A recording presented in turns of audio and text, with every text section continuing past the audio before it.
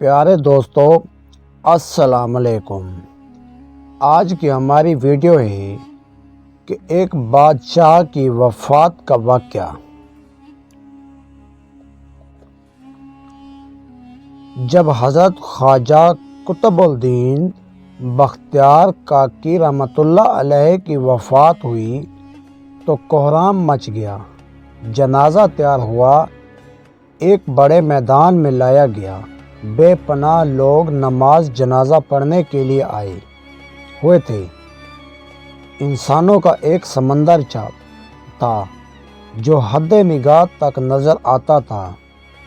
جب نماز جنازہ پڑھنے کا وقت آیا، ایک آدمی آگے بڑھا اور کہنے لگا کہ میں خواجہ قطب الدین بختیار کاکی رحمۃ اللہ علیہ کا وکیل ہوں۔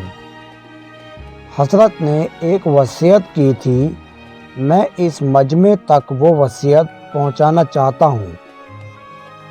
مجمع میں سناٹا چھا گیا۔ وکیل نے پکار کر کہا، حضرت خواجہ قطب الدین بختیار کاکی رحمۃ اللہ علیہ نے یہ وصیت کی کہ میرا جنازہ وہ شخص پڑھائے گا جس کے اندر یہ 4 خوبیاں موجود ہوں۔ نمبر 1، زندگی میں اس کی تکبیر اولی کبھی قضا نہ ہوئی ہو۔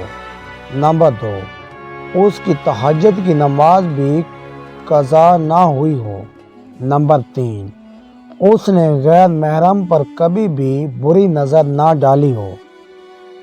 نمبر 4، اتنا عبادت گزار ہو کہ اس نے عصر کی سنتیں بھی کبھی نہ چھوڑی ہوں۔ جس شخص میں یہ 4 خوبیاں ہوں وہ میرا جنازہ پڑھائے۔ جب یہ بات سنائی گئی تو مجمع پر ایسا سناٹا چھا گیا کہ جیسے مجمع کو سانپ سونگھ گیا ہو۔ کافی دیر گزر گئی، کوئی نہ آگے بڑھا۔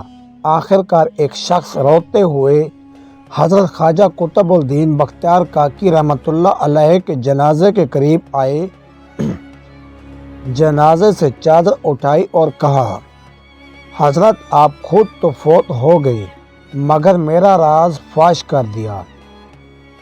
اس کے بعد بھرے مجمع کے سامنے قسم اٹھائی کہ میرے اندر یہ 4 خوبیاں موجود ہیں۔ یہ شخص وقت کا بادشاہ شمس الدین التمش تھے۔